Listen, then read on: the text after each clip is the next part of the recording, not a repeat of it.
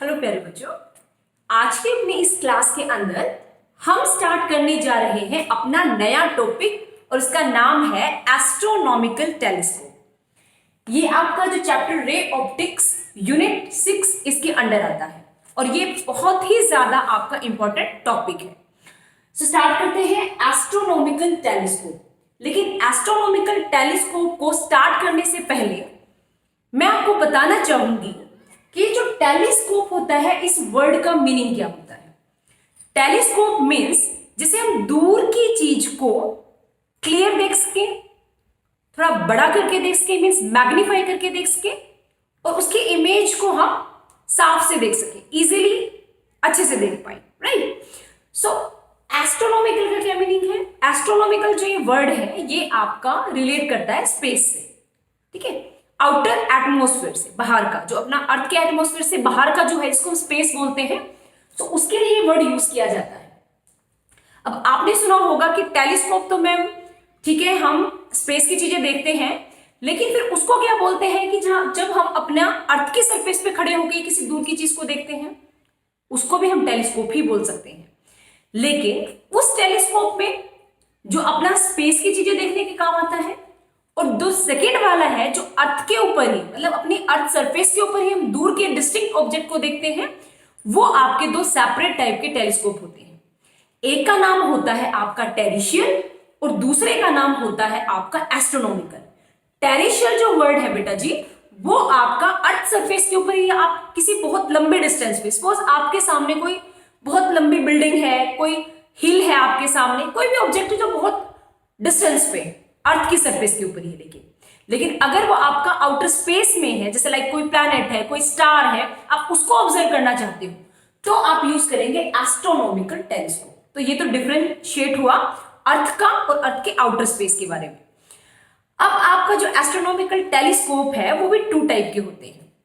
एक वो होते हैं जिनके अंदर आपके लेंस लगे होते हैं और एक आपके होते हैं मिरर वाले, ठीक है। दोनों से ही हम टेलीस्कोप के टाइप से वर्क करवा सकते हैं, उनको देख सकते हैं, ठीक है। वो एक आप अपना अलग टॉपिक है। एक आपका रिफ्लेक्टिंग टाइप का होता है, एक रिफ्रैक्टिंग टाइप का होता है। लाइक जो अभी मैं आपको करवा रही हूं वो है रिफ्रैक्टिंग। मैंने दो लेंस लगाए हैं क्योंकि लेंस लाइट को रिफ्रैक्ट करता है, एक मीडियम से दूसरे मीडियम में पास करता है। लाइक जैसे सपोज मेरे ये ग्लासेस है ना, तो ये भी क्या है, एक टाइप से लेंस है। वो डिपेंड करता है कि मेरा विजन कैसा, मतलब मुझे मायोपिया है कि हाइपरमेट्रोपिया है ना, उस बेसिस पे। सो लाइक ये आपके कौन सा फिनोमेना करते हैं, रिफ्रैक्शन। लेकिन हम एस्ट्रोनॉमिकल टेलीस्कोप मिरर से भी बना सकते हैं, तो मिरर वाले को क्या बोलोगे, रिफ्लेक्टिंग, है ना। तो फिलहाल जो डिस्कस हो रहा है वो आपका है एस्ट्रोनॉमिकल टेलीस्कोप रिफ्रैक्टिंग टाइप, जिसमें हमने लगाया है आपका लेंस, ठीक है। ये हम आज की क्लास में डिस्कस करेंगे। सो मैंने आपको बताया कि टेलीस्कोप दो टाइप के होते हैं। किस बेसिस पे, कि आपको अर्थ की सरफेस पे देखना है या आपको कोई स्पेस में चीजें देखनी है। नंबर 2, सपोज आपको स्पेस में देखना है ना, तो वो भी आपका टू टाइप का होता है। या तो आप एक ऐसा टेलीस्कोप बनाएं जिसमें आपके मिरर लगे हों, या आपको एक ऐसा टेलीस्कोप लगाएं जिसमें आपके लेंस लगे हों, है ना। तो दो टाइप के आपके एस्ट्रोनॉमिकल टेलीस्कोप होते हैं, ठीक है। अब उनमें से बेटर कौन सा है, आपके सिलेबस में कौन सा है, वो एक अलग मैटर है। आज की क्लास का जो टॉपिक है वो आपका है ये वाला। अगर मैं अब सिर्फ इसकी बात करूं कि हम लेंस वाला यूज कर रहे हैं, तो प्यारे बच्चों यहां पे भी दो केस होते हैं आपके। अब बोलोगे मैंने तो कितने केस बता के पजल कर दिया। मेरा आपको पजल करने का कोई मोटो नहीं है, मैं जस्ट आपको टॉपिक की डेप्थ बताना चाहती हूँ प्यारे बच्चों, कि आप एक सिंपल से टॉपिक को कैसे कितनी कैटेगरी में डिवाइड कर सकते हैं, है ना। ये सेम टॉपिक है लेकिन आप इसको डिफरेंशिएट करके भी पढ़ सकते हैं। सो क्वेश्चन है कि ये जो आपका टेलीस्कोप है इसके दो एडजस्टमेंट होते हैं, है ना। कई बार बच्चे बड़ी मिस्टेक करते हैं जब हम पेपर चेक करते हैं ना उनका, तो क्या होता है, सपोज एग्जाम में दे रखा है अलग सेटिंग, अलग एडजस्टमेंट, और आप पेपर में आंसर में कुछ और लिख के आ रहे हो और बड़ा खुश हो के आ रहे हो घर पे कि अरे हम तो 5 मार्क्स का क्वेश्चन पूरा करके आए थे और ये वाले टॉपिक में तो पूरे मार्क्स आएंगे, लेकिन नहीं आते, है ना। इसका रीजन क्या है, आप थोड़ा सा जब क्वेश्चन पेपर में क्वेश्चन को पढ़ते हो तो थोड़ा ध्यान से पढ़ा करें, क्योंकि बेटा जी टॉपिक एस्ट्रोनॉमिकल टेलीस्कोप है, लेकिन एडजस्टमेंट है दो। तो फर्स्ट जो एडजस्टमेंट है वो होती है इन नॉर्मल एडजस्टमेंट। अगर आपका पेपर में क्वेश्चन नॉर्मल एडजस्टमेंट का है, अब ये क्या होती है भाई, इस एडजस्टमेंट में जो आपकी फाइनल इमेज बनेगी ना बच्चों, फाइनल इमेज वो आपकी बननी चाहिए इन्फिनिटी पे। मींस आपकी अगर इनफाइनाइट डिस्टेंस पे अगर आपकी इमेज बन रही है, फाइनल इमेज की बात कर रही हूं मैं, तो वो आपकी है नॉर्मल एडजस्टिंग। तो पेपर में देखिए कि क्वेश्चन में कौन सा है। सेकंड कौन सा होता है, सेकंड आपका है बेटा जी जिसमें फाइनल इमेज आपकी बने आपके लिस्ट डिस्टेंस पे, जिसको स्मॉल डी से लिखते हैं। 10th में भी आपने पढ़ा होगा ह्यूमन आई का जो लिस्ट डिस्टेंस है जिसमें कंफर्टेबली वो रीड कर सकता है किसी भी चीज को, वो आपका 25 सेंटीमीटर होता है, राइट। सो इसका मतलब इस अरेंजमेंट से अगर आपकी फाइनल इमेज आपके कहां पे बने, डी डिस्टेंस पे, लिस्ट डिस्टेंस पे, तो वो आपका सेकेंड टाइप का आपका एडजस्टमेंट होगा। तो मैं आज की क्लास में दोनों टाइप के आपको एडजस्टमेंट करवाने वाली हूं। तो सबसे पहले है अपना इनफाइनाइट वाला, ठीक है। तो सपोज एग्जाम में अगर आते हैं तो क्या करेंगे, नंबर 1 के ऊपर आप डेफिनेशन लिख के आएंगे एस्ट्रोनॉमिकल टेलीस्कोप की। नंबर 2 पे ये जो आपको अरेंजमेंट दिख रहा है इसके बारे में थोड़ा सा लिख के आएंगे, 2 लाइन्स। कैसे लिखेंगे, इसमें आप बता सकते हैं कि आपके पास 2 लेंस है, ठीक है। पहला जो लेंस है उसका नाम है ऑब्जेक्टिव लेंस। ये जो ऑब्जेक्टिव लेंस होता है इसकी फोकल लेंथ और इसका अपर्चर दोनों ही लार्ज होते हैं, ठीक है। सेकेंड आपका है eye lens, okay. Eye lens है जो जिसे आप आंख से देखते हैं ऑब्जेक्ट को, इसकी फोकल लेंथ भी और इसका अपर्चर भी स्मॉल होता है, ठीक है। उसके बाद ये जो दोनों आपके लेंस हैं ये रैक एंड पिनियन अरेंजमेंट, मतलब इनको आगे पीछे करके इनकी लेंथ को आप एडजस्ट कर सकते हैं, ठीक है। तो एक ही आप टेलीस्कोप से 2 टाइप की अरेंजमेंट कर सकते हैं, उनको थोड़ा आगे पीछे करके, उनके एडजस्टमेंट को थोड़ी सी चेंज करके। सो ऐसा कुछ आप अपना थोड़ा सा 1-2 लाइन्स में लिख के आ सकते हैं डेफिनेशन के बाद। थर्ड पॉइंट में आपको क्या करना होता है, आपको ये डायग्राम ड्रॉ करना होता है। तो अब हम आपको डायग्राम को डिटेल में मैं आपको समझाती हूँ कि इसमें मैंने क्या बना रखा और ये कैसे बनेगा, क्योंकि कई स्टूडेंट्स को ये डायग्राम ही बड़ी प्रॉब्लम लगता है कि मैम इसको कैसे बनाए, ये बुक में कैसे बना हुआ है।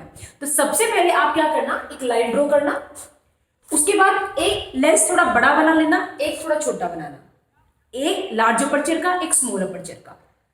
क्योंकि हम जो स्पेस में देखने वाले हैं सपोज स्टार को, मून को, तो आपको कैसे याद रखना है कि भाई वो तो बहुत बड़े होते हैं हमारी आई के कंपैरिजन में, है ना। तो हमें उनको देखना है, तो दैट मीन जो ऑब्जेक्ट है हमारा वो आई के कंपैरिजन में बड़ा है, तो ऑब्जेक्टिव लेंस बड़ा होगा। आंख छोटी है उसके कंपैरिजन में, तो ये वाला लेंस छोटा होगा। आप ऐसे इसको लर्न कर सकते हैं, क्योंकि माइक्रोस्कोप में उल्टा होता है बेटा। माइक्रोस्कोप में हम क्या देखते हैं, वो छोटे छोटे ऑब्जेक्ट्स को देखते हैं, टीनी ऑब्जेक्ट्स को, जिनको हम अपनी नेक्ड आई से नहीं देख सकते।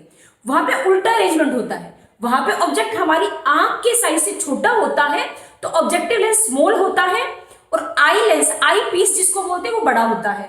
और टेलीस्कोप में बिल्कुल अपोजिट है। टेलीस्कोप में जो ऑब्जेक्ट है हमारा, जो टारगेट है हमारा, वो अपनी आंख से बड़ा होता है। सो इसीलिए हम आई जो आपका लेंस है उसमें अपना ये जो लेंस है ये छोटा लेंगे, कम फोकल लेंथ का लेंगे, लेकिन ऑब्जेक्ट वाला हम बड़ा लेंगे। अब स्टार्ट करते हैं। सपोज हमें मून को देखना है, राइट। सो मून कहां पे है, इनफाइनाइट डिस्टेंस पे। और मैंने अपने पहले की क्लासेस में भी आपको क्लियर कर रखा है प्यारे बच्चों कि अगर अपना ऑब्जेक्ट कहां है, इनफाइनाइट पे, इन्फिनिटी पे, तो उससे जो लाइट आती है, वो जो बीम होती है आपकी, वो पैरेलल होती है।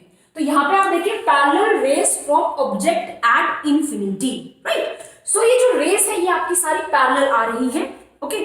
पैरेलल आके जैसे ही इस लेंस के ऊपर गिरेंगी, फॉल होंगी इस लेंस पे, तो ये लेंस का ऑब्जेक्ट कहां है, इन्फिनिटी पे। तो एक रूल आपने 10th में भी पढ़ा होगा, if your object is at infinity then your image is formed at focus. तो आपके लेंस के फोकस के ऊपर उसकी इमेज बनेगी, राइट। सो ये जो डिस्टेंस है यहां से लेके यहां तक का, यहाँ पे एफ ओ से मैंने इसको रिप्रेजेंट किया है सिंबल को। Why? Because O is the symbol for objective lens and E is the symbol for eyepiece, right? So that's why FO.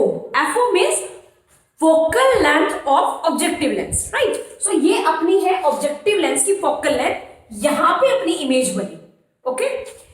अब ये जो इमेज है, आप ध्यान से सुनना प्यारे बच्चों, ये जो इमेज है सेकेंड लेंस के लिए ऑब्जेक्ट का काम करेगी। ओके, आपको क्या करना है, इसको समझना है बेटा, इसका पीछे का मेन है कैसे इमेज बनेगी, हमें रटना नहीं है, हमें समझना है, राइट। सो इसका मतलब इसका जो ऑब्जेक्ट था उसने फोकस पे इमेज बनाई, इसका ऑब्जेक्ट है, ठीक है। अब हमने अरेंजमेंट ऐसा कर रखा है, जब हमें फाइनल इमेज को बेटा जी इंफिनिटी पे बनाना है तो हम हम दो लेंस को इस टाइप से एडजस्ट करेंगे कि दोनों की फोकल लेंथ एक पॉइंट पे कोइंसाइड करे। ऐसा क्यों किया हमने, क्योंकि प्यारे बच्चों अगर ये इमेज इसका ऑब्जेक्ट है, क्या बोला मैंने, मैं रिपीट करती हूं, ये जो इमेज है ये इसके लिए ऑब्जेक्ट है, तो इसका ऑब्जेक्ट कहां रखा है, इसका ऑब्जेक्ट रखा है फोकस पे। और ये भी आपने पढ़ा है, if your object is at focus then final image is formed at infinity. So that's why अगर ये ऑब्जेक्ट फोकस पे है इसके लिए, सो इसकी जो रेज होंगी वो आपकी कहां पे मिलेंगी, इंफिनिटी पे। So that mean final image आपकी कहां पे फॉर्म होगी, इंफिनिटी पे। और अगर ऐसा होता है तो हम उसको इजीली उस इमेज को देख पाते हैं, राइट। सो ये था डायग्राम जो मैंने आपको कंप्लीटली समझाया है, किसके लिए, फाइनल इमेज इंफिनिटी के लिए। अब ये था थर्ड नंबर का पॉइंट। फोर्थ नंबर पे आपको मैग्निफिकेशन लिख के आनी बेटा जी। Yes, what is the magnification for this case, tangent beta upon में टेंजेंट अल्फा। सो अब क्वेश्चन है ये बीटा और अल्फा कहां है। Yes, so here is your angle alpha, जो आपका सपोज किसके साथ है, आपकी ऑब्जेक्ट के साथ है। अगर ये अल्फा होगा तो ये वर्टिकल अपोजिट है, वो भी अल्फा होगा।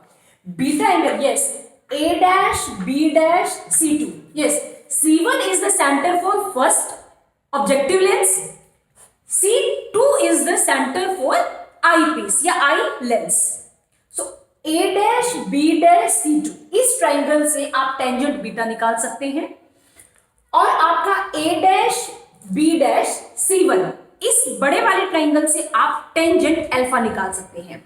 कौन सा फॉर्मूला लगा के, पंडित बद्री प्रसाद हर हर बोले सोना चांदी तोले, तो तोले में टेंजेंट, तो वो वाले पार्ट से आप इस और इस ट्रायंगल से क्या निकाल लेंगे, टेंजेंट अल्फा और टेंजेंट बीटा।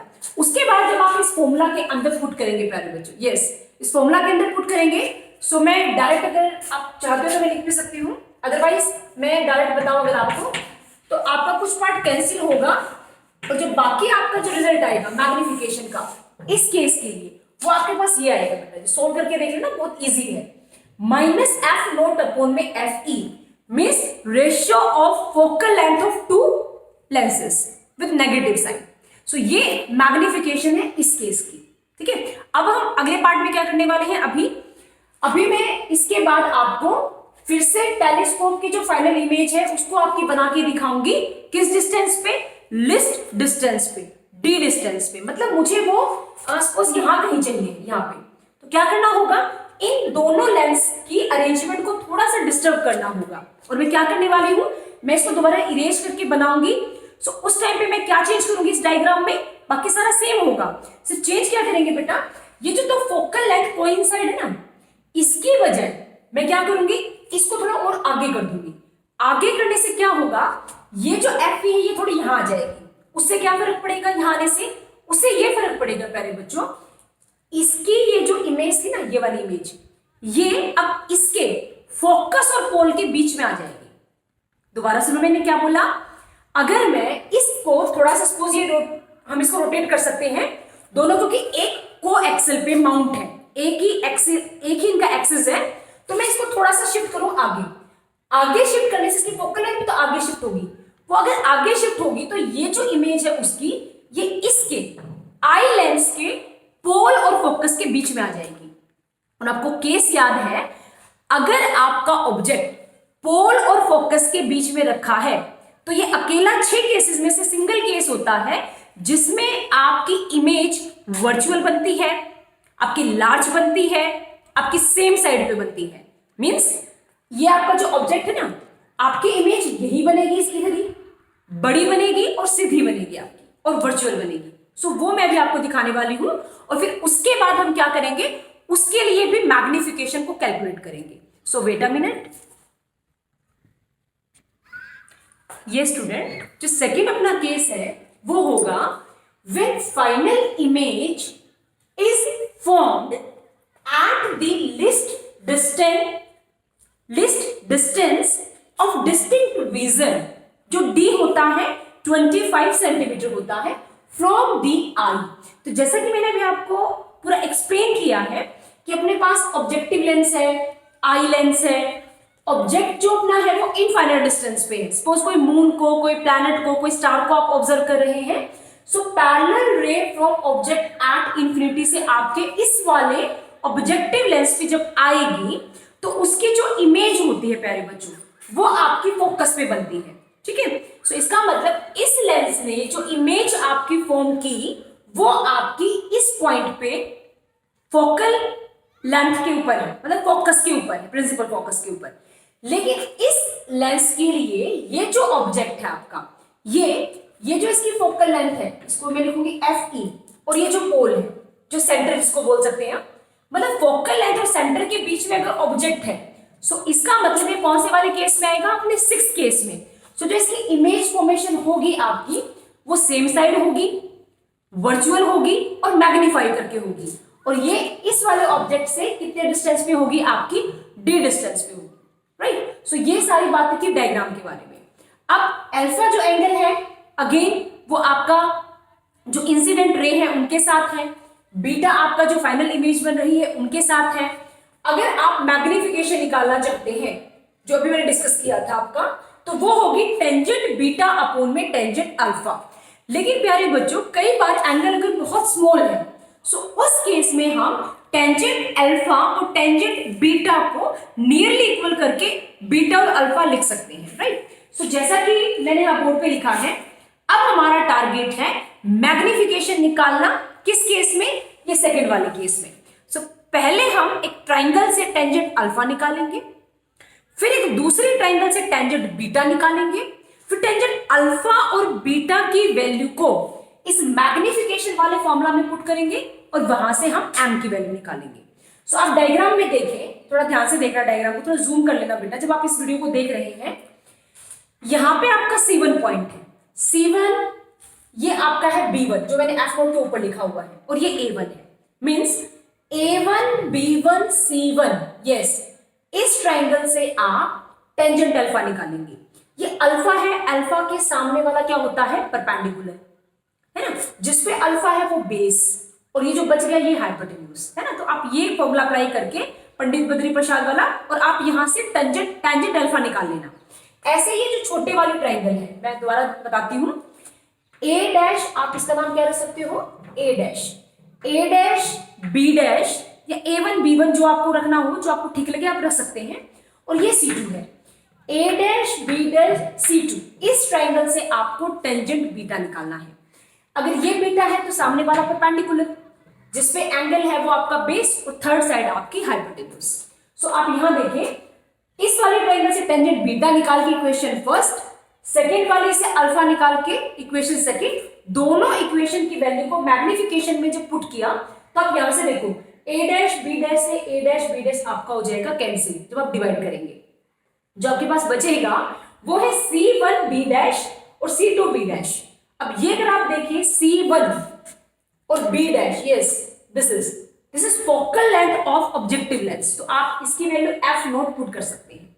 उसके बाद है C2B dash, yes C2B dash, ये क्या है, ये इस वाले आई लेंस के लिए ऑब्जेक्टिव लेंथ है, ऑब्जेक्ट की लेंथ, ठीक है। और क्योंकि अपनी जो मेन इंसिडेंट रे है वो आपकी फॉरवर्ड में जा रही है और डिस्टेंस को हम बैकवर्ड में कैलकुलेट कर रहे हैं, C2 से उधर चल रहे हैं, तो नेगेटिव साइन आएगा, तो इसका मीनिंग है -UE। तो ये अपने पास है मैग्निफिकेशन का फॉर्मूला, फाइनल फॉर्मूला। तो अपना आर्टिकल होता है, टॉपिक होता है यहीं पे खत्म। लेकिन कई बार प्यारे बच्चों आपको बुक में ये फॉर्मूला ना मिलके मैग्निफिकेशन का कंप्लीट जो फॉर्मूला है आपका, यस कंप्लीट जो मैग्निफिकेशन का फॉर्मूला है वो आपको दो लेंस की फोकल लेंथ की फॉर्म में मिलता है। सो हम उसको भी डिस्कस कर लेते हैं कि इस फॉर्मूला के बाद आप इस फॉर्मूला का एक और फॉर्मूला भी ड्राइव कर सकते हो जो कंप्लीट आपको सिर्फ किसकी फॉर्म में होगा, focal length of objective lens and focal length of eye lens, इसकी फॉर्म में। सो वेट अ मिनट, ये स्टूडेंट आप यहां पे देखें, आपके पास एक फॉर्मूला होता है 1/v equal to 1/u equal to 1/f, है ना, lens formula 1/v minus 1/u equal to 1/f। इस फॉर्मूला के अंदर अब हम पुट करते हैं, तो आप एक बार मिला के देखें। अगर मैं इस सिर्फ लेंस की बात करूं, तो इस लेंस की जो ऑब्जेक्टिव लेंथ है या ऑब्जेक्टिव जो डिस्टेंस है वो u होता है, तो वो हमने क्या लिया है माइनस u। जो इमेज बनी है उसको हम v लेते हैं, तो वो किस डिस्टेंस पे बनी है, d डिस्टेंस पे। दोनों को नेगेटिव लेने का क्या रीजन है, क्योंकि जो अपनी लाइट है वो जा रही है फॉरवर्ड, लेकिन हम डिस्टेंस जो मेजर कर रहे हैं वो बैकवर्ड कर रहे हैं, इसीलिए साइन कन्वेंशन से ये दोनों आपके नेगेटिव आएंगे। और क्योंकि आपका कॉन्वेक्स लेंस है और कॉन्वेक्स लेंस में फोकल लेंथ हमेशा क्या होती है, पॉजिटिव, तो वो हमने प्लस FE रखी है। सो इसका मतलब UVF की तीनों की वैल्यू जब हम यहां पे पुट करेंगे तो अपने पास ये रिलेशन आएगा। यस, अब यहां देखें, V जो आपके पास है, U और F तीनों की वैल्यू पुट करके मैंने वहां से 1/UE की वैल्यू को कैलकुलेट किया। अब मैंने इसकी वैल्यू क्यों कैलकुलेट की, क्योंकि जो मैग्निफिकेशन का फॉर्मूला था उसके अंदर ये तो अपने पास है फोकल लेंथ, ये जो UE है मैं इसको रिप्लेस करना चाह रही थी और ये 1/UE है। सो इसका मतलब है हमें यहाँ पे भी 1/UE की वैल्यू को कैलकुलेट करके डायरेक्ट यहाँ पे पुट कर सकते हैं। और जब आप इस वैल्यू को यहाँ पुट करेंगे तो जो फाइनल मैग्निफिकेशन का फॉर्मूला होगा आपका, प्यारे बच्चों, किस केस का, जब आपकी फाइनल इमेज कहाँ बन रही है, लिस्ट डिस्टेंस पे, तो ये आपके पास फाइनल फॉर्मूला होगा -F0/FE इंटू 1 + FE/d। इस फॉर्मूला के अंदर आपके पास d ऑलरेडी गिवन है, आपको पता होना चाहिए 25 सेंटीमीटर होता है d डिस्टेंस, और F0 और FE ये दोनों वैल्यू भी आपको पता होंगी, तो फॉर्मूला के अंदर पुट करके आप पर्टिकुलर केस के लिए मैग्निफिकेशन निकाल सकते हैं। तो थैंक यू स्टूडेंट्स, आपने ये पार्ट अच्छे से देखा, आई होप आपको क्लियर होगा। नेक्स्ट लेक्चर में इसी से रिलेटेड मैं आपका जो सेकेंड टाइप का एस्ट्रोनॉमिकल टेलीस्कोप है जिसमें हम लेंस की बजाय मिरर लगाएंगे, वो दो टाइप के हैं, एक कैसेग्रेनियन है, एक आपका न्यूटेनियन है, और डिफरेंशिएट करेंगे हम कि रिफ्लेक्टिंग और रिफ्रैक्टिंग टाइप के टेलीस्कोप में कौन सा बेस्ट है। सो ये इस वीडियो का जो नेक्स्ट पार्ट में बनाऊंगी बेटा उसके अंदर डालूंगी, और एक आध न्यूमेरिकल, इसके जो ये मैग्निफिकेशन है ना आपका जो मेन फॉर्मूला आया है इससे रिलेटेड आपका एक एक न्यूमेरिकल दोनों एडजस्टमेंट का वो भी मैं उस वीडियो में डालूंगी। So thank you students, thanks a lot.